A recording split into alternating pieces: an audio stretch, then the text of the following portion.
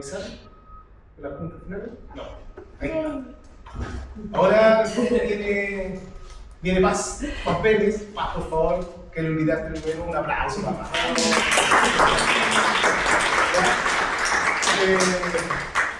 Paz nos ha acompañado en Santiago a hacernos charlas también. La Paz es súper apasionada con su trabajo, ¿ya? Y hoy día está trabajando mucho con el tema de enfermedad inflamatoria. Tú eres nutricionista, eres docente, eres magíster en muchas cosas. Y, o sea, es un lujo y un privilegio que esté acá con nosotros. Muchas gracias. Para mí también.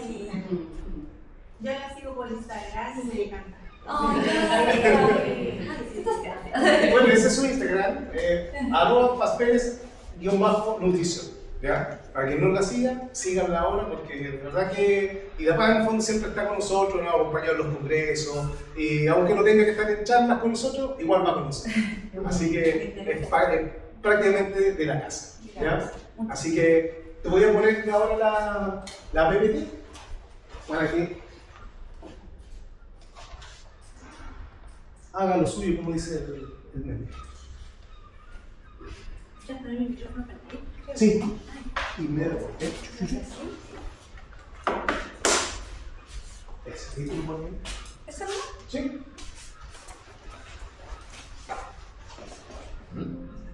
Y me da un segundito para poder entrar. Y vamos a hacer. Va a quedar, como les dije, esto va a quedar en el live en el Instagram de Santiago porque no tenemos el espacio acá. Así que vamos a comenzar ahora mismo a transmitir. ¿Ya? Así que. Bueno, muchas gracias. Me gusta mucho estar acá. Sé que es una patología compleja y tengo varios pacientes, pero también entender que cada paciente tiene síntomas muy distintos. Lo vive muy distinto también psicológicamente. Entonces hoy vamos a ver esta charla destinada a las enfermedades inflamatorias intestinales, donde veremos ciertos lineamientos basados en la evidencia científica de cómo manejar esta patología con una nutriterapia también. ¿Ya? Bueno, mi nombre es Paz Pérez, soy nutricionista. Lo importante de acá es que vamos a buscar la evidencia científica. Y desde ese lineamiento ustedes pueden sacar las conclusiones, hacer preguntas, pero sé que se encuentran con muchas cosas en internet y es súper importante, es muy diferente una persona que está en un brote, una persona que está en remisión, es muy distinta a la patología de la enfermedad de Crohn a una colitis ulcerosa también, ¿ya? Entonces es súper importante que también nosotros conocemos nuestro cuerpo y a veces somos más sensibles a la ansiedad, por ejemplo, y eso también nos puede dar otro tipo de síntomas gastrointestinales. O algunos que son más sensibles al gluten, pero no necesariamente tenemos que sacar el gluten en estas enfermedades. Así que es importante que lo personalicemos, pero a la vez veamos la evidencia científica y qué nos dicen los consensos. Bueno, a grandes rasgos ustedes lo manejan mejor que yo. En la enfermedad inflamatoria intestinal hay una desregulación de la respuesta inmune, o sea, nuestro sistema inmune está atacándonos a nosotros. Voy a hacerlo muy simple, en las palabras, perdón, lo poco técnica. Se altera la composición y la diversidad de la flora bacteriana. Nosotros tenemos un jardín en nuestro cuerpo. La flora bacteriana es mucho más que lo que se piensa. La flora bacteriana tiene que ver con nuestro ánimo, tiene que ver con la regulación de la inflamación, tiene mucho que ver con nuestra barrera inmunológica, con la protección de nuestra barrera hematoencefálica, que es como un casquito que tenemos protegiendo al cerebro. Entonces, es súper importante. Y la dieta occidental se ha asociado mucho al mayor desarrollo, sobre todo en la colitis ulcerosa. Yo hago clases en la universidad, desde chiquitita. En la universidad hemos avanzado mucho, pero también han habido muchos más diagnósticos de colitis ulcerosa por lo mismo, porque tiene que ver con la dieta occidental. ¿Ya? Entonces ahí lo vamos a ver en alimentos proinflamatorios.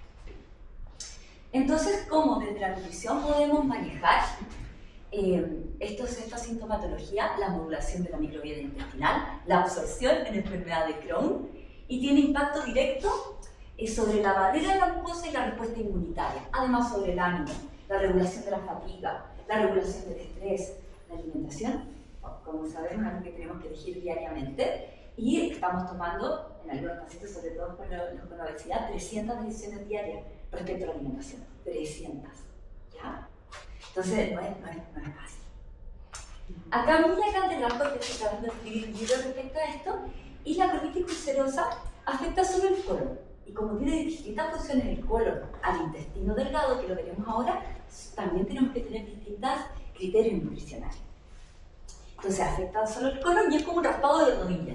¿Ya? La primera capa no está afectada, está inflamada.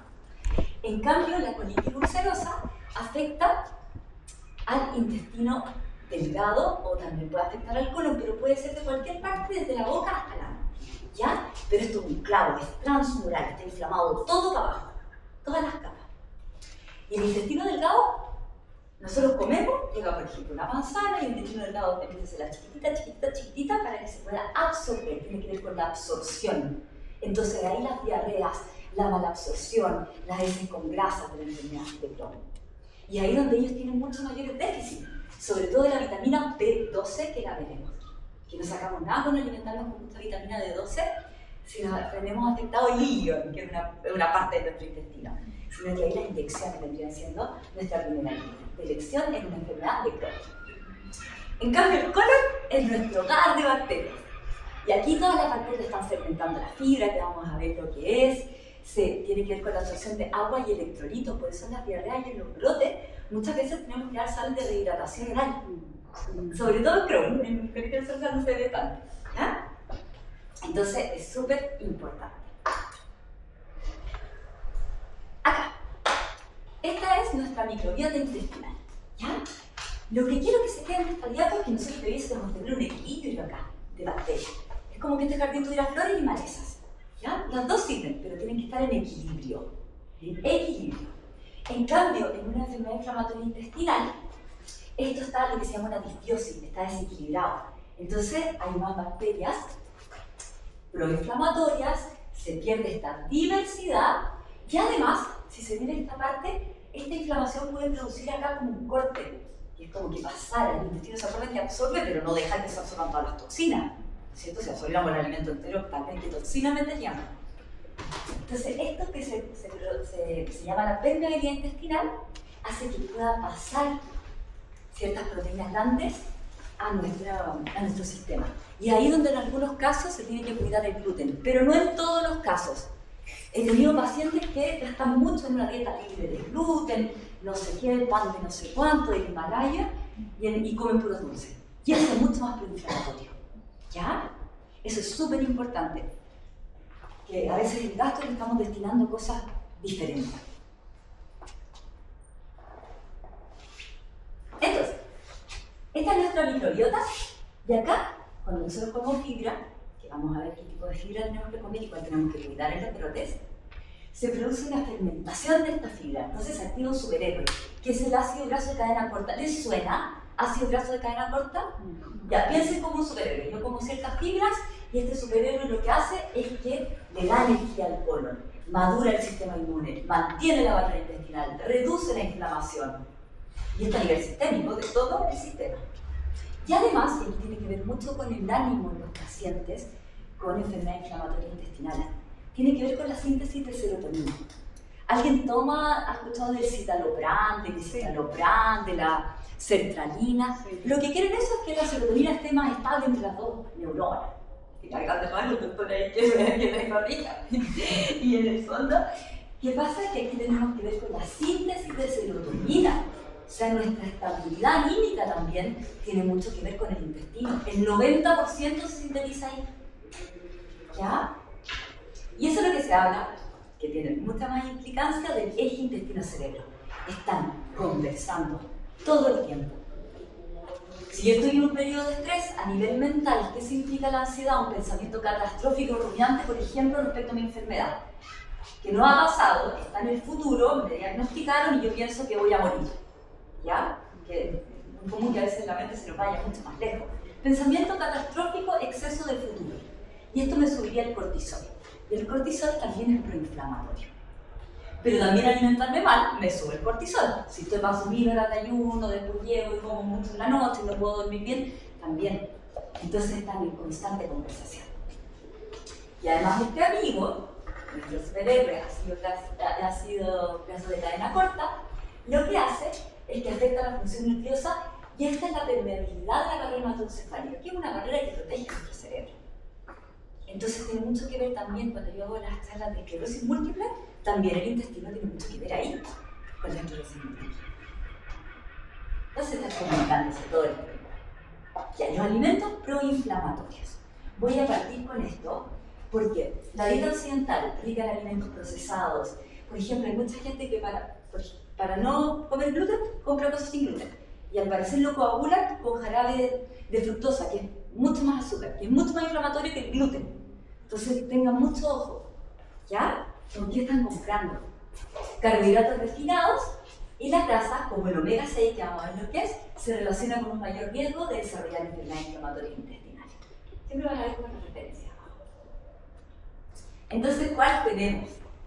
Todo lo que son azúcares y grasas saturadas.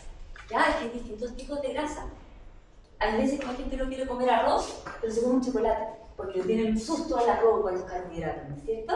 Y los carbohidratos tienen fibra, tienen muchas cosas, estabilizan nuestra glicemia, si lo sabemos combinar. ¿Ya? Pero también si los combinamos mal, me van a subir y bajar el azúcar y vamos a ver cómo eso nos da picos inflamatorios. ¿Ya? ¿Y qué hace esto? Que nuestra esponjita, que tenía que ver con que qué entra y qué sale, que entra para nuestra sangre y qué no, hay más permeabilidad intestinal. ¿Se acuerdan de este hoyo que se hacía? Más permeabilidad intestinal. Y altera más aún la disbiosis, este desequilibrio entre las bacterias. Entonces se produce más proinflamación. ¿Ya? Y aquí es lo que les estaba tratando de explicar. Ya, yo llego, no tomé desayuno, me tomé un café porque salía a apurar, llegué, se me pasó la hora, agarré un chocolatito del coffee break, después almorcé un pollo con ensalada, pasé 1000 horas sin comer y llego a la casa muy hambre y me como una once gigante. ¿Ya? ¿Qué está pasando ahí? Yo estoy en un estrés constante porque no tengo comida, después me sube el azúcar rápido, me baja rápido porque el cuerpo dice no puedo tener tanta azúcar en la sangre, y eso genera los pics inflamatorios. Entonces estamos en una inflamación constante. Es distinto estar inflamado, que es una respuesta inmunológica, por ejemplo, en estos pics, que es por ejemplo un azúcar simple, que estar hinchado. La hinchazón es la retención, por ejemplo, de líquido, de gases. La inflamación es más silenciosa y es inmunológica. Por eso el dulce y el pan blanco no te dan síntomas en algunos pacientes, pero sí mantienen la inflamación. ¿Y qué pasa con el exceso de grasa? ¿Puedo hacerle una consulta? Ay, puede ser al final, Ya. para que terminen, porque para ver si lo debería haber dicho antes. Si puede ser al final las consultas, ¿ya? ¿Les parece a todos? Sí. Ya. Sí. Entonces, el exceso de grasa corporal, la grasa no es un órgano inerte.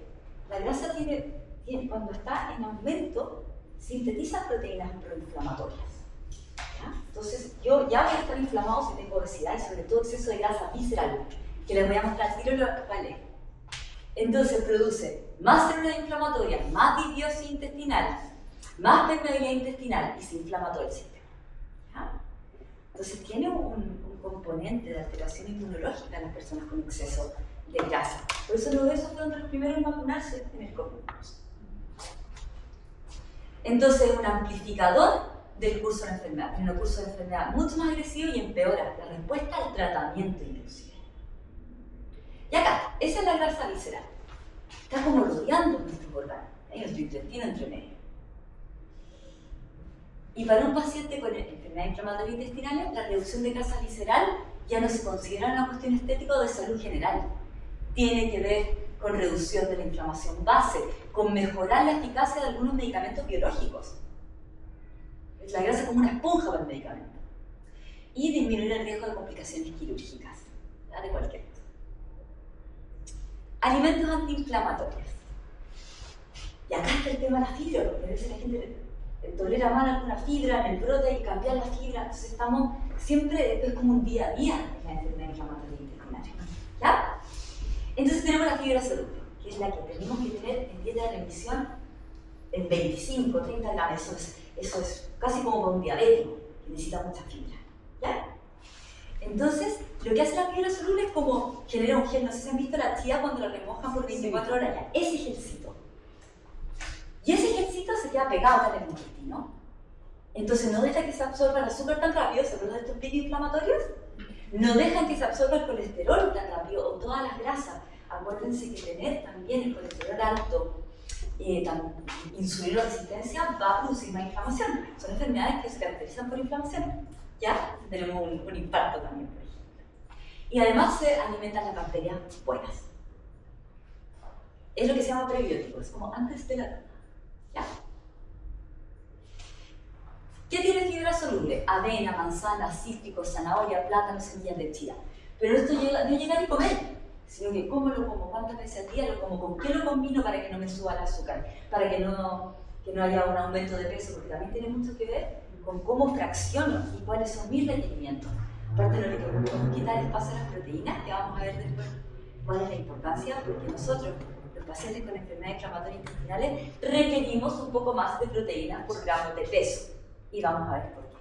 ¿Ya? Y la fibra insoluble nos limpia, es la que no se disuelve el agua.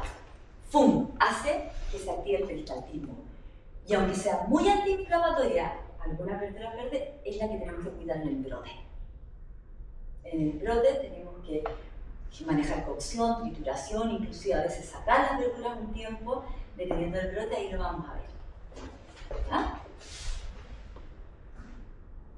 ¿Quién los tiene? Y aquí se los marqué. Bueno, tienen todos estos alimentos, la piel de las frutas sobre todo, que es la que sacamos en los brotes, y las espinacas hacen la que el cale.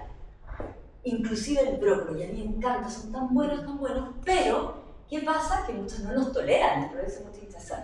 Entonces hay estudios que indican que también si los cocemos no pierden ese efecto probiótico, el perfecto prebiótico. Así que se pueden consumir bajo cocción y vamos a tener una importante acción prebiótica y un alto aporte de vitamina K.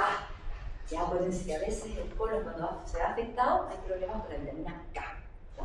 No muy común. ¿Qué pasa con el omega 3?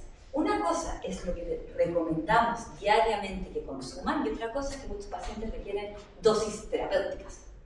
¿Ya? Que no me sirve, o sea, sirve, pero no tiene el efecto que deseamos. El consumir, como dicen las dosis recomendadas, son dosis terapéuticas y es ahí cuando usamos el suplemento. Y el omega 3 ya saben que uno de sus patrones base es estar consumiendo pescados grasos, salmón, atún, aceites de linaza, por ejemplo, pero en patologías concomitantes inflamatorias y con exceso de peso también, por ejemplo, que también es una situación inflamatoria por la inflamación de las grasas, vamos a requerir estas dosis más terapéuticas, que son 2.000, 2.500, depende de la persona, 3.000 miligramos de omega 3. ¿Ya? Entonces le estoy comiendo 1 kilo de pescado diario. ¿Ya? Entonces, acá tenemos 3 tipos de omega que ustedes deben conocer. Está el omega 3, que creo que han hablado mucho de eso, neuroprotector, antiinflamatorio, etc. Nos ayuda para la serotonina, estabilidad del ánimo. Tenemos el omega 9, que es el que tiene el aceite de oliva, ¿ya? Que también tiene un efecto modulador antiinflamatorio y reduce la actividad inflamatoria en algunas enfermedades, sobre todo las caracterizadas por desórdenes inmunes. Pero no sé si les han hablado del omega 6. ¿Se acuerdan de este señor que salía con el aceite de maravilla, el señor como de Bayer, Javier Miranda, que recomendaba el omega 6? Claro, en ciertas proporciones tiene una función inmunológica. Pero ¿qué pasa en Chile? Que consumimos mucho omega 6, le ponen a todo omega 6. Aceites vegetales, carne, mantequilla, comidas congeladas, ramitas, papas todo con omega 6. Entonces tiene un efecto proinflamatorio. Si yo estoy comiendo, por ejemplo, el rango óptimo debería estar entre 1 gramo de omega 6 y 1 gramo de omega 3 al día. O 4 a 1 como máximo. 4 gramos de omega 6, proinflamatorio, 1 de omega 3, antiinflamatorio. Nosotros consumimos hasta 25 a 1. Entonces, si me puedo llenar de suplementos de omega 3, pero si estoy comiendo todos estos otros alimentos, voy a tener más cosas proinflamatorias que antiinflamatorias.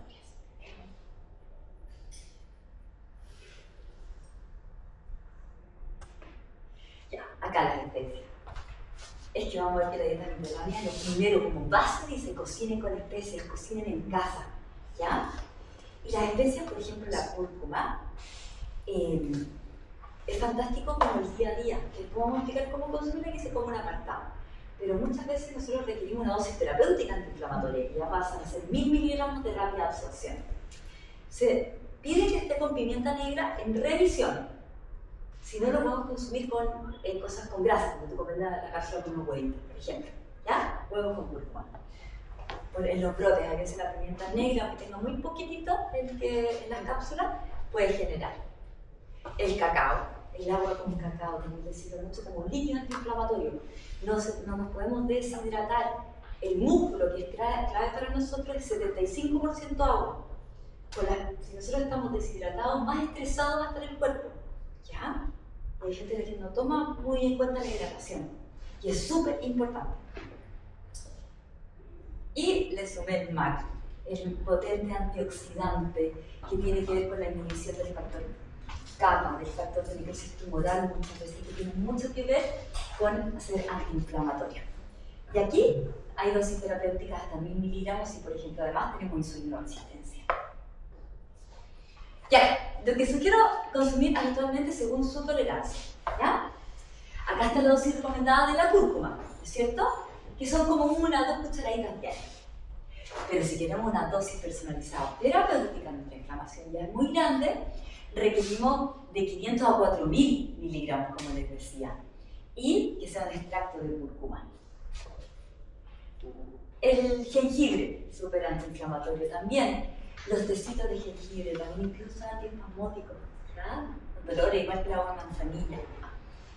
Pero tenemos también las dosis terapéuticas que pueden ser de 1000 a 2000 miligramos al día. ¿Ya? Reduce la inflamación. La chía. Acuérdense de este ejercicio. Hay varias recetas en Instagram de proteínas de chía, etc. En el fondo, remójenla. Remójenla puede ser toda la noche en el refrigerador, puede ser mínimo 2 horas, pero que le salga este gel. Si no la terminan, además muéranla. ¿Ya? Que es súper importante, cada 2 a 3 cucharaditas de chía diaria, bienvenido sea. Pero remojada. Y los líquidos, la hidratación es clave. Acuérdense que el colon está encargado de la reabsorción de agua. Entonces, si tenemos una deshidratación crónica, además de estar estresados, cansados, empeorar la fatiga, puede haber pérdida muscular, etcétera, etcétera, etcétera. Les puse agüitas de pepino, antiinflamatorias, de limón, con jengibre, la de cáscara de piña, y me gusta. ¿Ya? Y la manzanilla, que a mí me encanta, que es antiinflamatoria, antioxidante y antiinflamatoria. Y acá las sales de la hidratación oral. ¿Se acuerdan cuando hay unos brotes muy complicados, sobre todo con el Crohn? Súper importante, que no nos sirve solamente el agua. La vitamina D la deben haber escuchado harto, que se suplementa mucho en enfermedades inflamatorias intestinales. Tiene mucho que ver con la actividad de la enfermedad inflamatoria intestinal. Es un regulador inmunológico. Igual que la esclerosis múltiple, se desarrolla mucho más rápido la progresión y hay mucha sintomatología si tiene alterado el nivel de vitamina D. Entonces es súper importante poner el rango en perspectiva. No me sirve tener suficiente, lo tengo 22. Tenemos que tener un rango en perspectiva, nosotros tenemos que tenerlo más cercano al 50, pasado al 30, al 35, ¿ya?